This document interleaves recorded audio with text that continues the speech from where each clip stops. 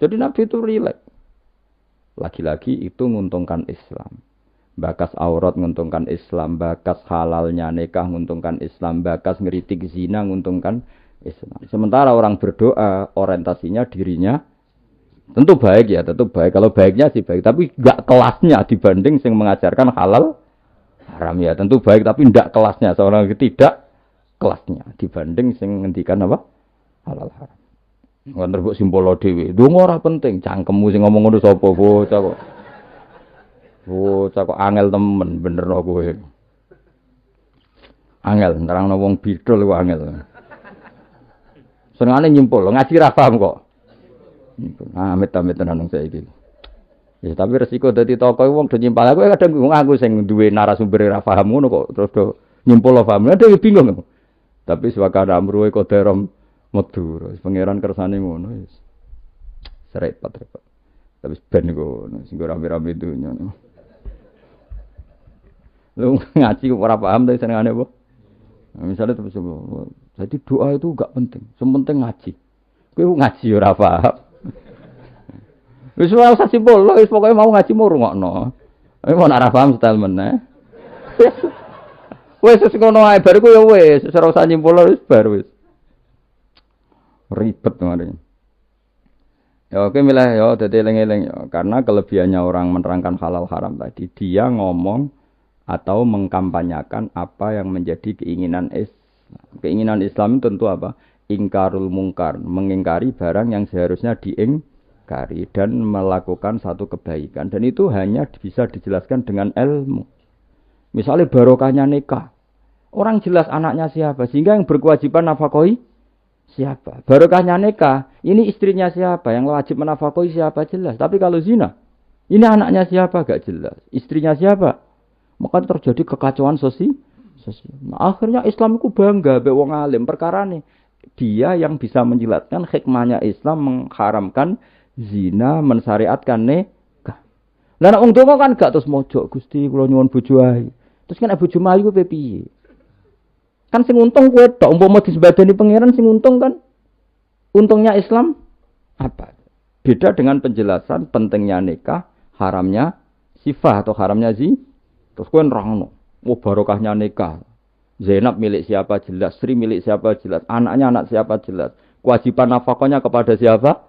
Coba kalau perzinaan, anaknya siapa enggak jelas. Wong sing ngurun akeh. Iki anake sapa ya? Nak delok kriting anak iki tapi didelok kan dadi bingung. Kok kriting tapi mripate kok mirip iki, tapi nak irunge kok mirip iki. Apa hasil kombinasi? Wah, bingung. Iku ahli DNA bingung kan pusing. Nang kok nek lahir sing tanggung jawab kelahirane iku sapa? Jadi zina iku ruwet. Lha iku sing nerangno ya sing ngaji. Sing sitok men egois bakas dirinya ya ora kelas dong ya. Awas kena mbok simpul to. Cara Gus Pak donga ora penting buahmu sing ngomong ngono wis apa. Coba senengane hok. Bahkan ke grup yo apa.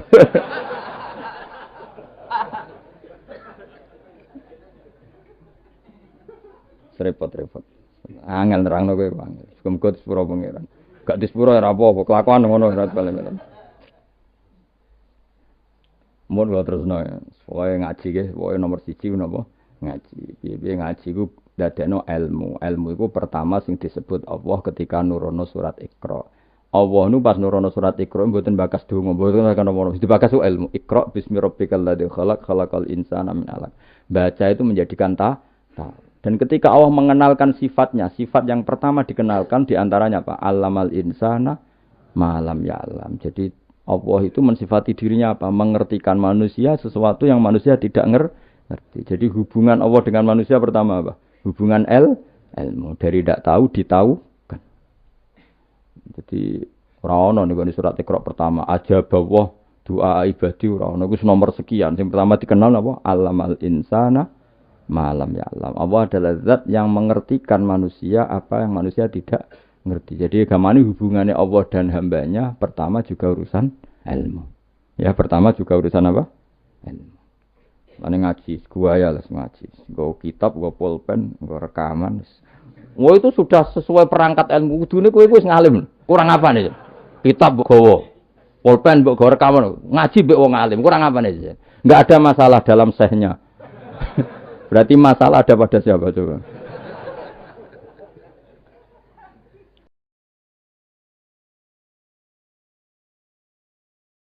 Loh, umumnya kiai itu kan kadang masalah dengan gurunya. Ini kan tidak ada masalah. Sopo sing ora Mbah Mun aku murid Mbah Mun. Sopo sing ora Ki Nur Salih roh kabeh. Kan tidak ada masalah dengan sehnya. Ini masalahnya dengan siapa? Nah, aku yang masalahnya pada saya Gus. Berarti kita tawaduk tenan sampai tenan. Soalnya sing salah aku. Tapi gak kita ora kita. Tapi perangkat golek ilmu ke Gus cukup wis go kitab. Go pulpen. Go rekaman. Kurang apa nih? Kok nganti ra paham kurang apa nih? Kitabnya yo karangane wong top tenan. Saya tidak pernah ngajar kitab yo ngabal-abal. Kitab sapa sing ora Ibnu Hajar Al-Asqalani niku gurune Syekh Zakaria Al-Ansori. Jadi murid dekne dadi Syekhul Islam. Dadi Syekhul Islam ning dunia fikih jenenge Syekh Zakaria. Iku gurune iku jenenge Ibnu Hajar Al-Asqalani sing nyarai Bukhari. Sing ngarang kitab sing tak waca kurang keren ya. Ngaji kitab sapa? Ibnu Hajar Al-Asqalani. Wong di wong pleret wong diraro. Pleret beduan ya ora roh. Al-Asqalani ngono. Asqalani daerah Al-Ardhil Muqaddasah, daerah Palestina. Tapi uripe teng Mesir. Nggih nate teng Mekah teng Madinah. Wis kurang apane, Cek? Jalalain dikarang Imam Suyuti, masuk mujaddid di akhir abad 9 Imam Jalaluddin. Kitab Jalalain niku dienggo disertasi doktor ning endi-endi. Di sing iso Jalalain niku mesti gelare doktor tafsir. Kowe butino nggawa ngalor ngidul. Golek gon kok nguarep. Kurang apa nih jajal? Ya mau wis go Jalalain, cek go pulpen. Rekaman. Mestine pinter kowe mbok ulama dhisik. Ulama dhisik kan gak gawa rekaman. Berarti kalah sak kelas apa? Ulama dhisik nak ngaji gak gawa apa? Kudune pinter kowe. Kok iso pinter ulama dhisik sebab apa? Mergo wong dhisik gak tau gawe grup.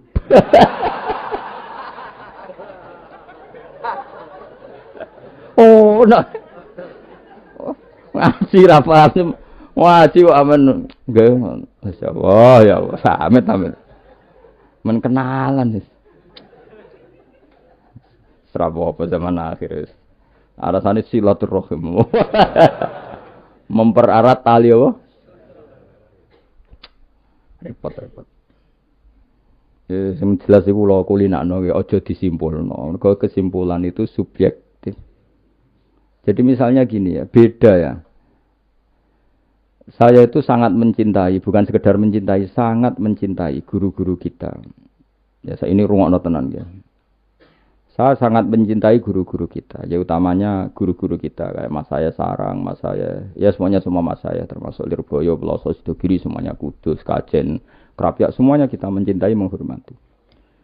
Juga sangat mencintai NU, saya juga mencintai Muhammadiyah, semuanya kita cintai. Cuma kadang-kadang kita mau tidak mau harus beda. Beda satu bawaan pemikiran, kadang bawaan zaman. Nah karena beda itu kita ngeritik. Tapi ngeritik kan sebetulnya di hal itu saja, apa? Di hal. Kemudian orang menyimpulkan ngiranya dalam semua hal. Sehingga ulama mulai dulu mana tidak terima bahak. Hadisnya Nabi butuh penjelasan. Karena Nabi nak duko itu kadang ngendikan laisa minna. Tidak termasuk golonganku orang yang pernah menipu. Lalu itu kalau begitu betul kan tidak ada umatnya Rasulullah SAW. Kowe gak sekedar pernah menipu, rezekimu kok bodoh nih. Orang terima sekedar pernah rezekimu kok bodoh nih. Kowe kok laisa minna nih entek ngamek. Tapi zaman itu ulama sudah mentakwil laisa minna min fitil kal khoslah di sisi itu. Apa? Di sisi itu. Misalnya kita beda dengan Wahabi, saya sering kritik Wahabi, tapi dalam hal yang saya kritik saja, dalam hal yang lain kita setuju. Misalnya tradisi mereka menghormati sahabat, kita setuju. Tradisi mereka merumat Masjid Haram, kita setuju. Tradisi mereka menghafal Quran, kita setuju. Tapi ada tradisi yang kita tidak setuju. Misalnya mereka sering nggak pati hormat sama ma'asirun nubuwah, tempat-tempat bersejarah. Jadi jangan kira kita, jadi kalau kita ngeritik ya di hal yang kita kritik saja. Itu pun karena kadang bawaan zaman, bawaan versi, bawaan tradisi. Terus kamu simpulkan.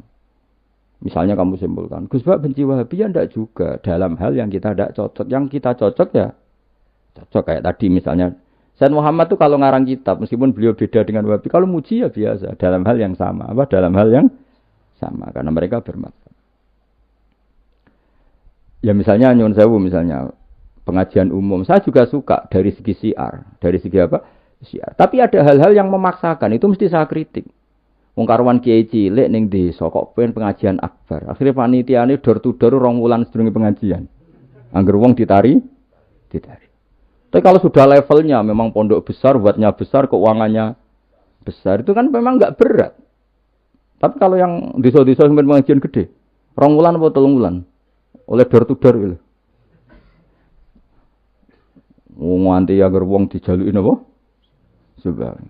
Padahal kampung situ enggak butuh pengajian besar karena wong butuhe jek mabadi fikih. Lah lha opo ngundang kiai level apa? Nasional. Tapi karena panitianya yang angkuh. Ya seperti ini harus dikritik, tapi bukan berarti kita membenci karena ya ada sisi baiknya. Misalnya nah nyimpulkan rezekinya gitu. Misalnya ada orang alim soleh ketemu wong ayu di jalan tanya. Saking pundi, Mbak? Saking mriki. Sebetulnya ini murni hakul jar karena tetangganya dia takok. Berarti muamalahnya hakul. Terus wong alime ya terbatas. Oleh delok ora kok ngarep ngisor nganti dhuwur sak kadare. Terus bareng rugen roh, oh nak ngono jagoan mbek wong ayu ku oleh. Wong aku tahu ketemu wong alim ya jagongan mbek wong. Lah itu jenenge kesimpulan. Kan terus sak karepe dhewe jenenge nyimpulno iku sak karepe.